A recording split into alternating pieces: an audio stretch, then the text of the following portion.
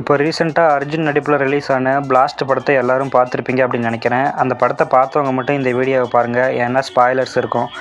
தமிழ் சினிமாவில் கைதிக்கு அப்புறமா ரிலீஸ் ஆன ப்ராப்பரான ஆக்ஷன் மூவி அப்படின்னா நம்ம இந்த பிளாஸ்ட் படத்தை சொல்லலாம்.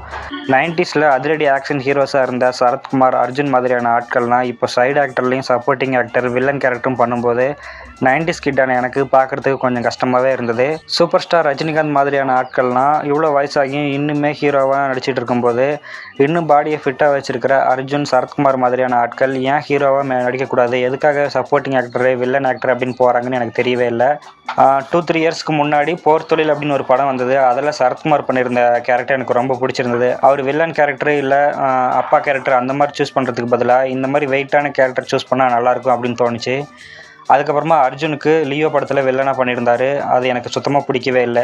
ஆனால் இந்த பிளாஸ்ட் படத்தில் அர்ஜுன் நடிச்சிருந்த விதமும், அர்ஜுனுக்கு இந்த படம் ஹிட் அடித்ததுக்கு பர்சனலாகவே 90s கிட்டான எனக்கு ரொம்ப சந்தோஷமாக இருந்தது.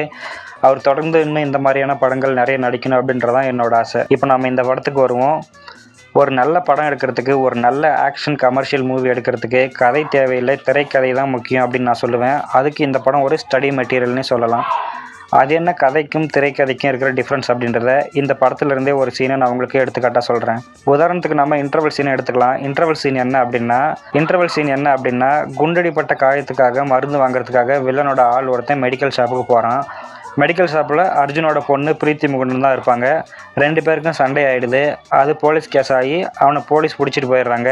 அவன் போலீஸ் ஸ்டேஷனில் இருந்தான் அப்படின்னா அவன் உண்மை எல்லாத்தையும் சொல்லிவிடுவான், நாம் மாட்டிக்குவோம் அப்படின்னு வில்லனோட ஆட்கள் கேஸை வாபஸ் வாங்க சொல்லி அர்ஜுனோட வீட்டுக்கு வரணும். அங்கே ஒரு ஃபைட் நடக்குது. அதுதான் இன்டர்வல் ஃபைட்டு. இது கதை, ஆன் பேப்பரில் இருக்க கதை. இதை திரைக்கதையாக மாற்றும் போது எப்படி சுவாரஸ்யமாக சொல்லியிருக்காங்க அப்படின்றத நம்ம பார்க்கலாம். ஃபஸ்ட்டு ஆடியன்ஸை ப்ரிப்பேர் பண்ணிடுவாங்க. இதுதான் நடக்க போகுது அப்படின்ற மாதிரி ப்ரிப்பேர் பண்ணுவாங்க. எப்படி அப்படின்னா, டோபி அப்படின்ற ஒரு ஆளை தான் வில்லனோட ஆட்கள் மருந்து வாங்குறதுக்காக மெடிக்கல் ஷாப்புக்கு அனுப்புவாங்க. மெடிக்கல் ஷாப்பில் பிரீத்தி முகுந்தன் தான் இருக்க போகிறாங்க அப்படின்றதுக்காக உங்களை ப்ரிப்பேர் பண்ணிவிடுவாங்க. கரெக்டாக இவன் இங்கே டோபி வண்டி எடுக்கும்போது பிரீத்தி முகுந்தனும் வீட்டிலேருந்து வண்டி எடுத்து மெடிக்கல் ஷாப்புக்கு போவாங்க. அப்பாவை நான் சாப்பிட வர சொல்லிவிட்டு நான் மெடிக்கல் ஷாப்பை பார்த்துக்கிறேம்மா அப்படின்னு சொல்லிட்டு கரெக்டாக இவன் இங்கே வண்டி எடுக்கும்போது பேரலாகவே அந்த சீனி நமக்கு காட்டுவாங்க. அவங்களும் அங்கே வண்டி எடுப்பாங்க. மெடிக்கல் ஷாப்பில் பிரீத்தி முகுந்தன் தான் இருக்க போகிறாங்க. அந்த மெடிக்கல் ஷாப்புக்கு தான் இவன் போக போகிறான் அப்படின்னு ஆடியன்ஸை ப்ரிப்பேர் பண்ணிவிடுவாங்க. ஒரு எதிர்பார்ப்பை கிளப்பி விட்டுருவாங்க. அதே மாதிரியே நம்ம நினச்ச மாதிரியே அவங்க நமக்கு சொன்ன மாதிரியே கரெக்டாக பிரீத்தி முகுந்தன் இருக்கிற மெடிக்கல் ஷாப்புக்கு தான் அந்த டோபி வருவான். வந்து குண்டடிப்பட்ட காயத்துக்கு மருந்து கேட்குறான். இவங்க டாக்டரோட ப்ரிஸ்கிரிப்ஷன் இல்லாமல் கொடுக்க முடியாதுன்னு சொல்லிடுவாங்க. கரெக்டாக அவன் கத்தி எடுத்து காட்டுறான். இப்போது இந்த இடத்துல ஆக்ஷன் சீன் வருமா வராதா அப்படின்னு ஆடியன்ஸ் எதிர்பார்ப்பாங்க. அதுக்கு காரணம் என்ன அப்படின்னா, பிரீத்தி முகுந்தனோட அம்மாவான அபிராமி இனிமேல் எந்த சண்டைக்கும் போகாத அப்படின்னு பிரீத்தி முகுந்தன்ட்ட சொல்லியிருப்பாங்க. இந்த விஷயத்தை அவங்க இதுக்கு முன்னாடி நிறைய வாட்டி சொல்லியிருந்தாலும் இந்த வாட்டி அவங்க சொல்லும்போது ஓகே நான் கேட்குறேம்மா, இனிமேல் நான் எந்த சண்டைக்கும் போக மாட்டேன் அப்படின்னு பிரீத்தி முகுந்தன் கன்வின்ஸ் ஆகியிருப்பாங்க. அதனால் ஆடியன்ஸு இந்த இடத்துல ஃபைட் வருமா வராதா அப்படின்னு எதிர்பார்ப்பாங்க. அவங்க எதிர்பார்க்குற மாதிரியே இந்த இடத்துல ஃபைட் வராது அப்படின்றதுக்காக கரெக்டாக இவங்க அடிக்கிறதுக்கு கை வாங்கும்போது அம்மா கிட்டேருந்து கால் வரும். அம்மா தான் எந்த சண்டையும் போடக்கூடாதுன்னு சொல்லியிருக்காங்களே அப்படின்னு பிரீத்தி முகுந்தன் அடிக்காமல் விட்டுருவாங்க. அவனுக்கு மருந்தையும் கொடுத்து அனுப்பி வச்சுருவாங்க. ஓகே, இப்போ ஆடியன்ஸ் என்ன நினைப்பாங்க, இந்த இடத்துல சண்டை வராது அப்படின்னு நினைப்பாங்க. அவங்க நினச்ச மாதிரியே அவன் 2-3 ஸ்டெப் எடுத்து வச்சு மெடிக்கல் ஷாப் போட்டு வெளியவும் போயிடுவான். போகிறவன் அப்படியே போயிருந்தால் ஒன்றும் பிரச்சனை இருந்திருக்காது. அங்கே அவன் ஒரு விஷயத்தை நினச்சி பார்ப்பான்.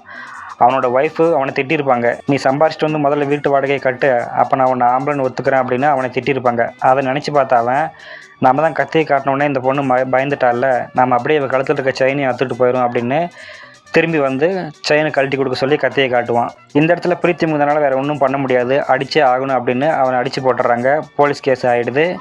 போலீஸ் வந்து அவனை பிடிச்சிட்டு போயிடுறாங்க. அதே மாதிரி வில்லனோட ஆட்கள் கேஸை வாபஸ் வாங்க சொல்லி அர்ஜுனோட வீட்டுக்கு வராங்க. இப்போ பாருங்கள், உங்களுக்கு மெயின் கதையிலேருந்து இந்த ஸ்க்ரீன் ப்ளே பண்ண இந்த திரைக்கதை எங்கேயுமே டீவியேட் ஆகிருக்காது. ஆனால் அவங்க சொன்ன விஷயத்தில் நமக்கு ஃபஸ்ட்டு ஒரு விஷயத்துக்கு ப்ரிப்பேர் பண்ணிடுறாங்க. இந்த இடத்துல ஃபைட் வருமா வராதா அப்படின்னு உங்களை ஆசிலேஷன்லேயே வச்சுருந்து அதுக்கப்புறமா ஃபைட் வரும். நீங்கள் எதனால் ஃபைட் வரும்னு எதிர்பார்த்துருப்பீங்க. இவன் மருந்து வாங்குறதுக்கு போவான், கத்தியை காட்டுவான், அங்கே ஃபைட் வரும் அப்படின்னு எதிர்பார்த்துருப்பீங்க. ஆனால் அங்கே ஃபைட் நடக்கிறது வேறு ஒரு ரீசனுக்காக. அதுக்கான டயலாக்கை முன்னாடியே சொல்லியிருப்பாங்க. ஒய்ஃப் அவங்க கூட சண்டை போடும்போது நீ சம்பாரிச்சிட்டு வந்து முதல்ல வீட்டு வாடகை கட்டு அப்படின்னு சொல்லியிருப்பாங்க. அதை இவங்க நினச்சி பார்ப்பான். அப்படின்னா பாருங்கள், நீங்கள் பின்னாடி எடுக்க போகிற கதைக்கு முன்னாடியே யோசித்து டயலாக் இங்கே வச்சுருக்கணும். அப்போ தான் இங்கே கொக்கி போட்டு அந்த கனெக்ஷனை கொடுக்க முடியும். அதை இவங்க கரெக்டாக பண்ணியிருப்பாங்க. ஆடியன்ஸை ஒரு ஆசிலேஷன்லேயே வச்சுருப்பாங்க. இந்த சீன் வருமா வராதா, நடக்குமா நடக்காதா அப்படின்ற மாதிரி நம்மளை ஒரு எதிர்பார்ப்புலேயே வச்சுருப்பாங்க. அதுதான் இந்த கதையை இன்ட்ரெஸ்டிங்காக சொல்கிறது அப்படின்ற விஷயம். இப்போ உங்களுக்கு தெரியுதா கதைக்கும் திரைக்கதைக்கும் என்ன வித்தியாசம் அப்படின்னு? கதை அப்படின்றது பேப்பரில் இருக்கிறது, ஆன் பேப்பர். திரைக்கதை அப்படின்றது அதை சொல்லும்போது எப்படி இன்ட்ரெஸ்டிங்காக சொன்னால் ஆடியன்ஸுக்கு பிடிக்கும் அப்படின்னு யோசித்து பண்ணணும். இந்த மாதிரி இந்த படத்தில் நிறைய விஷயத்த சொல்லலாம். அதனால தான் நான் இந்த படத்தை ஒரு ஸ்டடி மெட்டீரியல்னு சொல்கிறேன். ஒரு ப்ராப்பரான நல்ல ஆக்ஷன் மூவி எடுக்கிறதுக்கு கதை தேவையில்லை, திரைக்கதை தான் முக்கியம் அப்படின்னு இந்த படம் ப்ரூஃப் பண்ணியிருக்கு. அது மட்டும் இல்லாமல் நீங்கள் ஒரு ஆக்ஷன் மூவியோ இல்லை ஒரு நார்மல் கமர்ஷியல் மூவி எடுக்கிறீங்க அப்படின்னா அதில் உங்களுக்கு எமோஷனல் கனெக்ட் இருக்கணும் அப்படின்னு சொல்லுவாங்க. உதாரணத்துக்கு சொல்லணும் அப்படின்னா கைதி படத்தில் கூட அந்த குழந்தைய வச்சு ஒரு எமோஷனல் கனெக்ட் கொடுத்துருப்பாங்க லீட் கேரக்டரோட. ஆனால் இந்த படம் எந்த ஒரு எமோஷனல் கனெக்ட்டுமே இருக்காது. இருந்தாலுமே இந்த படம் உங்களுக்கு என்கேஜிங்காக இருக்கும். ஆக்ஷன் சீன்லாம் பார்க்கறதுக்கு அவ்வளோ கன்னிங்னஸாக இருக்கும். டைரக்டர் நினச்சிருந்தா அபிராமியவோ இல்லைன்னா பிரீத்தி முந்தனையோ இல்லை அர்ஜுனோட தம்பியாக பண்ணவரை யாரையோ ஒருத்தரை போட்டு தள்ளிட்டு அவங்க சாகிற மாதிரி காட்டி அது மூலிமா எமோஷனலை கொடுத்துருக்கலாம், எமோஷனல் கனெக்ட் கொடுத்துருக்கலாம். அது கொஞ்சம் எல்லா படத்துலையும் பண்ணுற மாதிரி தான் இருந்திருக்கும். இந்த படத்தில் அந்த மாதிரி மெயின் கேரக்டர்ஸோட எந்த ஒரு எமோஷனல் கனெக்ட் இல்லை அப்படின்னாலும் ஸ்டில் இந்த படம் பார்க்குறதுக்கு ஆக்ஷன் சீன்ஸ் எல்லாமே அந்தளவுக்கு சூப்பராக இருக்கும். ஒரு படம் எடுக்கிறதுக்கு கதை முக்கியம் இல்லை, திரைக்கதை தான் முக்கியம் அப்படின்றத இந்த படம் மறுபடியும் ப்ரூஃப் பண்ணியிருக்கு. இந்த படம் நீங்கள் பார்த்துட்டீங்க அப்படின்னா இந்த படத்தில் உங்களுக்கு பிடிச்ச விஷயம் என்ன அப்படின்றத கீழே கமெண்ட் பண்ணுங்கள். நீங்கள் எதிர்பார்க்குற மாதிரி எந்த சம்பவம் இருந்துச்சு அப்படின்றத கீழே கமெண்ட்டில் சொல்லுங்கள். நான் அவங்கள அடுத்த வீடியோவில் பார்க்குறேன்.